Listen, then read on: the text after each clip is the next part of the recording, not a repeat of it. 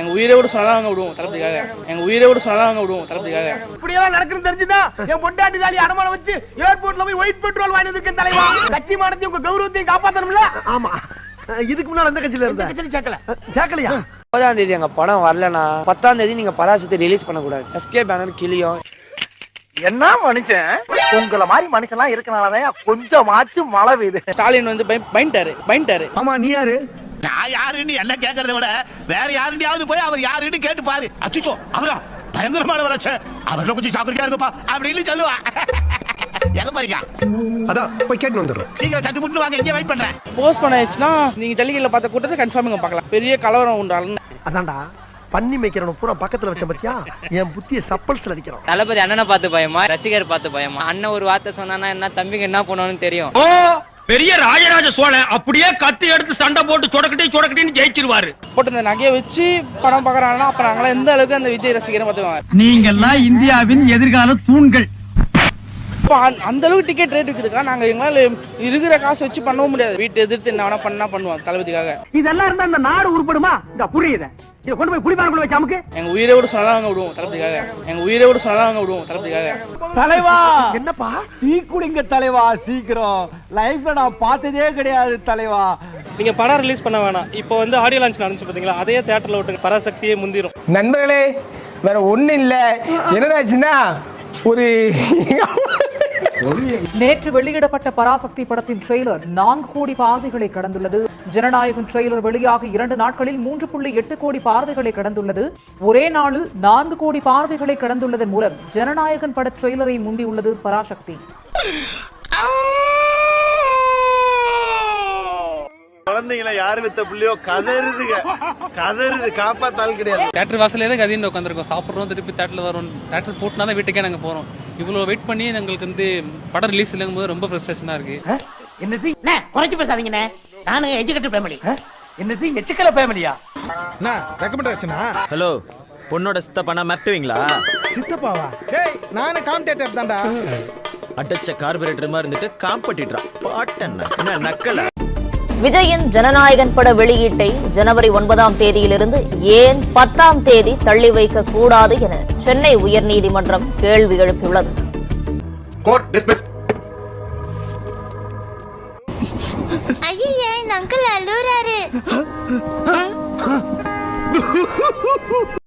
இப்ப என்ன பண்றது? அதான் சாவு உருந்து போச்சே, எல்லாரும் சாப்பிட்டு சாப்பிடுங்க சார். வாங்க, உங்களுக்கு தெரியுமே.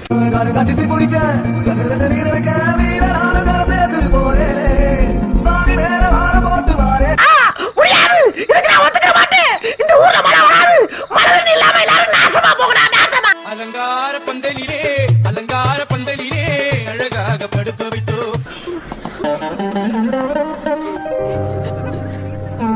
கொசுக்கடி இல்லாம நிம்மதியா தூங்குங்க. அத்திம்பேர் செத்து போல தூங்கிட்டு இருக்க. சோசியல் மீடியா ஃபுல்லா பயங்கரமான அட்டாக், ஒரு பெய்டு சைபர் அட்டாக், ஒரு அஜெண்டா பிக்ஸ் பண்ணி எதையாவது ஒண்ணு சொல்லிக்கிட்டே இருக்குது. அது இந்த முறை கொஞ்சம் எக்ஸ்ட்ரா போய் ஃபேமிலி ஏத்துற அளவுக்கும் வந்து நின்றுச்சு.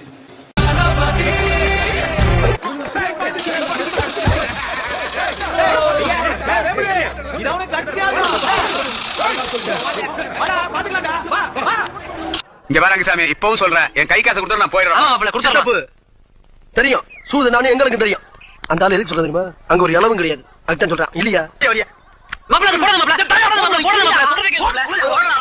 அப்பா மகனே அங்கிசாமி, நீ மகராசனா இருக்கணும்ப்பா, நீ மகராசனா இருக்கணும். உலக தரம் வாய்ந்த நிறுவனம் நம் தமிழரான சிவநாடார் அவர்களின் HCL கம்பெனில இருந்து அவர் 300 கோடி ரூபாய் திருச்செந்தூருக்கு கொடுத்திருக்கிறாரு. உலக தரம் வாய்ந்த கம்ப்யூட்டர் அதுல இல்லையா? ஏன் அதை வாங்கல நீங்க? இத சொன்னா நம்மள பைத்தியக்காரன்னு சொல்றாங்க. பாஜகவோட அடிமையா இருக்கிற எடப்பாடி பழனிசாமி 2011 இருந்து மாணவர்கள் கொடுத்துட்டு இருந்த லேப்டாப்பை நிறுத்தி வச்சிட்டாரு.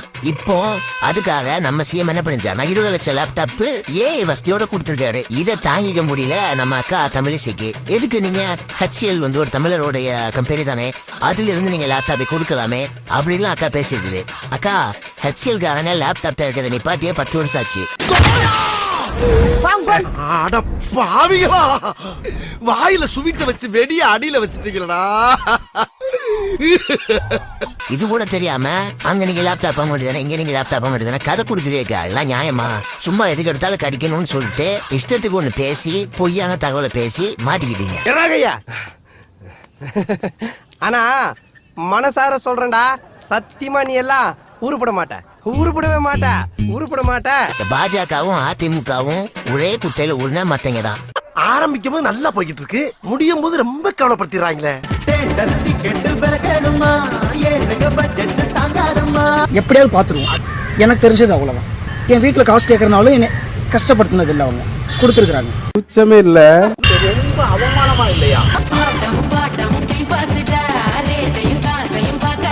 நாடுகள்ல, உலக நாடுகள்ல, யுஎஸ் போன்ற லண்டன் மாதிரி உலக நாடுகள்ல பார்ட் டைம் ஜாப் பார்த்து படிப்பு கல்வி வளர்க்கக்கூடிய நாடு. ஒரு அப்பா அம்மாவோட தாலி செயினை விட்டு சம்பாதிச்சு காலேஜ் ஃபீஸ் கட்டின சமூகம் தான் நம்ம தமிழ் சமூகம். ஒரு நடிகருக்கு பின்னாடி இப்படி போறது தப்பா இல்லையா? ஏதோ விதி முடிஞ்சு போச்சு, கிளம்பிட்டாரு. அதுக்காண்டி தும்மல் சத்தம் கேட்டாவே சுருண்டு சார கிளவனை போய்கிட்டு வாழ வேண்டிய வயசு ஒப்பாரி வைக்கிறாருங்க. என்ன கேட்டா நீங்க முன்னால போக வேண்டியது, அதுக்கு மேல அவர் போய் சேர்ந்து தொலைஞ்சிட்டாரு. அதுக்காண்டி என்னையும் சேர்த்து அனுப்பிடுங்க போல இருக்கு. ரொம்ப வாடுறானே. எடப்பாடிக்கு நிர்வாகம் என்ன தெரியுமா, நிதி நிலைன்னா என்னன்னு தெரியுமா? சூட்கேஸ் ஜெயலலிதா படம் சூட்கேஸ் வச்சுக்கிட்டு வந்து அறிக்கை தரையாச்சு தெரிஞ்சிடுமா அவருக்கு? ஒண்ணுமே தெரியாது. என்ன போக்கு எதிர்கட்சியார் என்ன நினைப்பான்? ஜெயலலிதா அப்படிலாம் இவங்களை தேர்வு செய்யல. ஜெயலலிதா தேர்வு செய்த அமைச்சர்கள் வந்து ஒன்னும் தெரியக்கூடாது. ஒன்னும் தெரியாதவங்க ஜெயலலிதா அமைச்சரவையில மந்திரியா இருந்தாங்க.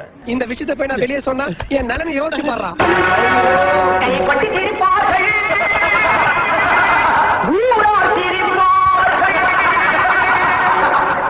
விஷயம் தெரிஞ்சவங்க யாரும் இல்ல, ஒண்ணுமே தெரியாத மண்ணு இவங்க தான்.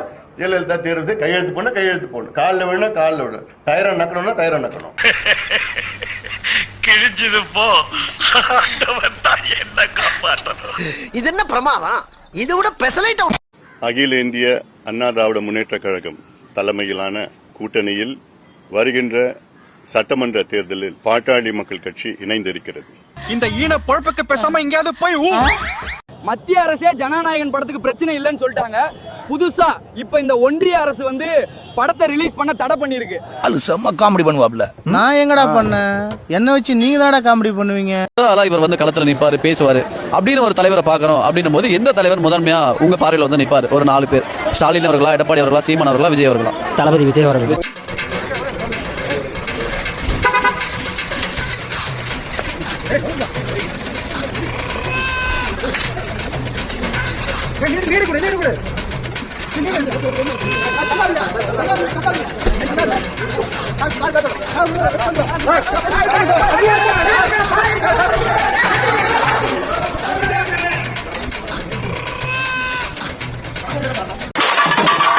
ஏண்டா இவரை பார்த்து திருத்தீங்களே, இப்ப தெரியுங்கடா.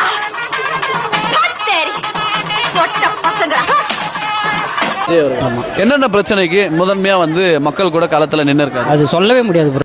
என் சர்வீஸ்ல இந்த மாதிரி ஒரு கேவலமான ஜென்மத்தை நான் பார்த்ததே இல்ல சார். நிறைய ஒரு 3 மட்டும் சொல்லுங்க. ஜல்லிக்கட்டு கட்சி ஆரம்பிச்சு கேக்குறேன். ஜல்லிக்கட்டுக்கு அவர் வந்து நின்னாரு, போராடல. கட்சி ஆரம்பிச்சப்ப எனக்கு சரியா தெரியல. இதை சொல்வதற்கு வெக்கமாக இல்லை. அமைச்சரே, இதெல்லாம் ராஜ்யசபையில் சகஜம். எப்படி சொல்றதுன்னா, கட்சி ஆரம்பிக்கிறதுக்கு முன்னாடி இருந்தே மக்களுக்கு கட்சி ஆரம்பிச்சதுக்கு அப்புறம் கேக்குறேன். இப்போ எப்படி சொல்றதுன்னா, கட்சி ஆரம்பிச்சதுக்கு அப்புறம் அவர் பண்றாரு ப்ரோ, வந்து செய்யறாரு. ஆனா வெளியே காமிச்சுக்கிறார். போராட்டங்கள் கேக்குறேன். போராட்டம்ன்றது எல்லாருக்கும் தெரியற மாதிரி பண்ணணும். தெரியற மாதிரி பண்ணாதான் போராட்டம். ஆமா, இப்போ தெரியற மாதிரி பண்ண போராட்டம் இல்ல. தெரியற மாதிரி பண்ணாதான் போராட்டம்ன்றது இல்ல, தெரியாமையா அவங்களால முடிஞ்சது அவங்க செய்யறாங்க. போராட்டம்ன்றது எதுக்குன்னா ஒரு பிரச்சனையை சரி பண்றதுக்கு தான். அப்ப தீர்வு சரி பண்ணா அந்த பிரச்சனை எல்லாருக்கும் தெரியப்படுது. ஆமா, தெரியும். கத்திப்படுற யாருக்கும் தெரியாம போராடுவாரா இல்ல எல்லாருக்கும் தெரியற மாதிரி பிரஸ் மீட் பண்ணுவாரா? தெரியற மாதிரி போராட்டம்னா தெரியும் எல்லாருக்கும் கரெக்ட்டா. அப்ப தெரியற மாதிரி என்னென்ன பிரச்சனைக்கு வந்து அவர் நின்னுறாரு? அவரு இப்போ வந்து எந்த பிரச்சனைக்கு அவர் வந்து நிக்கல. இதுக்கு மேல வந்து நிப்பாரு. இல்ல, இதுக்கு மேல நிக்கட்டும், நிக்காம போட்டா அதை நம்ம கேட்கல. இந்த 4 பேர்ல பிரச்சனைனா முதல்ல வந்து நிக்கிறது யார்? தளபதி விஜய் தான். என்னென்ன அது என்னென்னு சொல்றது எப்படின்னா, அது சொல்றதுக்கு இல்ல ப்ரோ. எப்படி சொல்றது,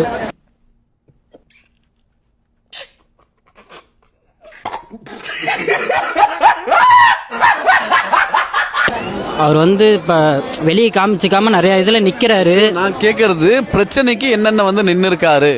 பிரச்சனைக்கு என்னென்ன வந்து நிக்கிறாருன்னா, நாப்பா வெறுப்பேத்துக்கிறாயா? அது எனக்கு சரியா தெரியல அதை பத்தி.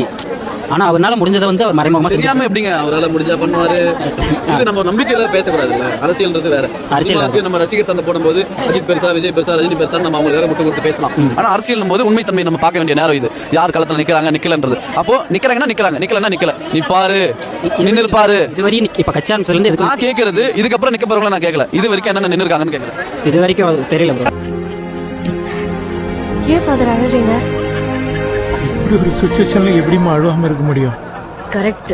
வாய் விட்டு அழுவ முடியாம என் பின் விளைவு நினைச்சு நான் அழுகுறமா. தளபதியை தான் வந்து பாஜகவோட சேர்ந்தவங்க அவங்கன்னு இப்படி சொல்றாங்க. ஆனா அவர் படத்தை வெளியிடல.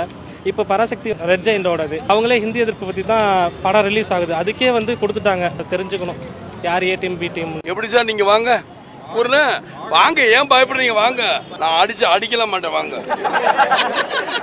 ஜனநாயகன் ட்ரெய்லர்ல விஜய் மக்களுக்கு நல்லது பண்ண அரசியலுக்கு வாங்கடான்னு சொன்னா கொள்ளையடிக்கிறதுக்கும் கொலை பண்றதுக்குமா வரீங்கன்னு பேசுறாரு. அப்படியே இந்த டைலாக விஜய்க்கும் தாவேக கட்சிக்கும் மேட்ச் பண்ணி பார்த்தா அவ்வளவு பொருத்தமா இருக்கும். புரியுற மாதிரி சொல்லுங்க சார். புரியலையா தம்பி? கரூர்ல மக்களை சந்திக்கிறேன்ற பேர்ல 41 பேரை கொலை செஞ்சது யாரு? சட்டையிலாம வர்ற உள்ள ஒரே புடுக்கம். சிபிஐனாலே இதெல்லாம் இருக்கிறதாண்டா.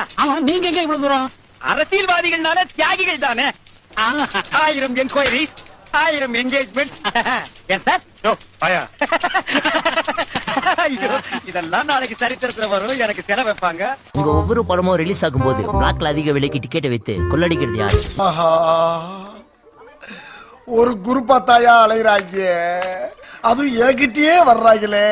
உங்க கட்சியில காசை வாங்கிட்டு உழைக்காதவங்களுக்கு பொறுப்பை கொடுக்குறீங்க. இதை கேட்க கட்சி ஆபீஸ்க்கு வந்தா தெரிச்சு ஓடுறீங்க. இப்படி எதுக்குமே பதில் சொல்லாத நீங்க எதுக்கு அரசியலுக்கு வரணும்? மக்களுக்கு நல்லது செய்யறன்ற பொய்ய சொல்லி யாரையும் ஏமாத்தாதீங்க.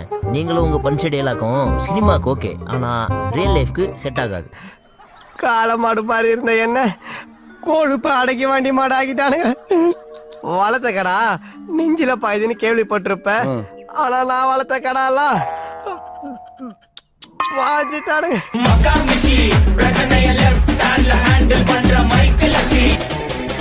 வந்துட்டாயா வந்துட்டாயா. இதை டைவர்ட் பண்றதுக்காக தான் சார் இந்த ஸ்ட்ரைக்கே பண்ணது. என்ன தெரியுதா?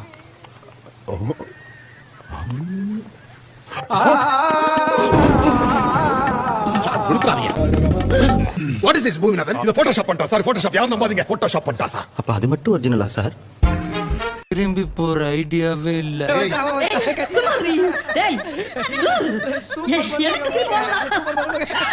எனக்கு சிரிப்பு வரல. டேய் இன்னைக்கு கலக்கு 1008 வேற விட்டு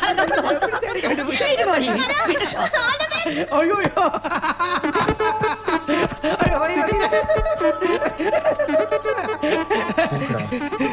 மச்சான், வாழ்க்கைன்றது ஒரு வட்டனை இளைய தளபதி சொல்லியிருக்காரு. அதாவது இவங்க 2 பேரும் அடிச்சுக்கிற மாதிரி அடிச்சுப்பாங்களாம். அதை வந்து நாங்க நம்பணுமா? மக்கள் நம்பணுமா? What bro, it's very wrong bro. ஏய், யாரா அந்த அண்ணன்ட்ட வம்புலுக்குறீங்க? யார் தாண்டா அவரை வாழ விட மாட்டேங்கிறீங்க? ஏன்டா அப்படி டார்ச்சர் பண்றீங்க? பாவம்டா மனுஷன், நல்ல மனுஷனா இருக்காரா. அவரை போட்டு ஏன்டா திட்டுறீங்க, அடிக்கிறீங்க? அவரை வாழ விடுங்கடா, அவரை தொழில் பண்ண விடுங்கடா. கடையை வேற உடைச்சு விட்டாங்களே. ஆமா நண்பர்களே, கடையை வேற உடைத்தாங்க, நம்ம வாழ விட மாட்டாங்க. போய் அடி போனேன் வானே, நான் அடிச்சிரோமா?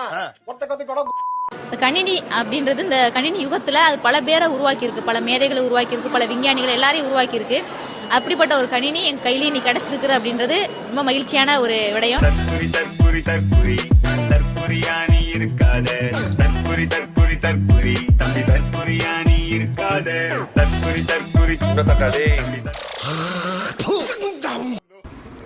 அண்ணா, என்னால தாங்கிக்கவே முடியல. நீங்க என்ன தப்பு பண்ணீங்க? தயவு செஞ்சு நல்லா சாப்பிடுங்க, தூங்குங்க, ரெஸ்ட் எடுங்க. நாங்க இருக்கோம் உங்க கூட. உங்களுக்கு ஒண்ணுனா நாங்க வருவோம்னா தயவு செஞ்சு சாப்பிடுங்க, தூங்குங்க, ரெஸ்ட் எடுங்க. பாத்துக்கோங்க, ஹெல்த்தை பாத்துக்கோங்க. ஆள் ரொம்ப இழைச்சிட்டீங்க, ப்ளீஸ். வருஷத்துக்கு ஒரு கிரிக்கெட்ட சிக்கிறடா சாமி. விஜயண்ணா, நீங்க என்னென்ன தப்பு பண்ணீங்க? நீங்க கண்கலையினால என்னால தாங்கிக்க முடியாது. காலில் விழுந்ததான் சொல்றாங்க. உண்மையா பையன் எனக்கு தெரியாது. நாங்க உண்மையில உயிரே வச்சிருக்கோம். என்னால எவ்வளவு பேர் எதிர்த்து நிக்க முடியும் தெரியுமா? அண்ணா, விஜய் அண்ணா, யாரையும் ஹர்ட்டும் பண்ணலண்ணா. நீங்க உங்களால் ஹர்ட் பண்ண முடியாது யாரையும். ஏய் எவனுக்கோ சாவு வருது இவனுக்கு வர மாட்டேங்குதுடா. ப்ளீஸ் அண்ணா இதுலேருந்து ரெக்கவரி வாங்க. நீங்கள் கஷ்டப்பட்டு படாதீங்க விஜய் அண்ணா, கஷ்டப்படாதீங்க, வந்துருங்க, நாங்கள் இருக்கோம். காலையில் எழுந்திரிச்சு என்ன பண்ணுங்க? எந்திரிச்சேன், பல் தேய்ச்சேன், குளித்தேன், சாப்பிட்டேன், அப்புறம் ரெடி ஆகிட்டு திரும்ப தூங்கிட்டேன். கரெக்டா அங்கேயே துப்பிட்டானே. இந்த வீடியோ உங்களுக்கு பிடிச்சிருந்தா கண்டிப்பா லைக் பண்ண மறக்காதீங்க. அப்படியே உங்க நண்பர்களுக்கும் ஷேர் பண்ணுங்க. நீங்க பண்ற ஒவ்வொரு லைக்கும் தான் இந்த வீடியோவை மற்ற நண்பர்களுக்கும் கொண்டு போய் சேர்க்கும். மறக்காம சப்ஸ்கிரைப் பண்ணுங்க. உங்க கருத்துக்களையும் கமெண்ட் பாக்ஸ்ல பதிவு பண்ணுங்க.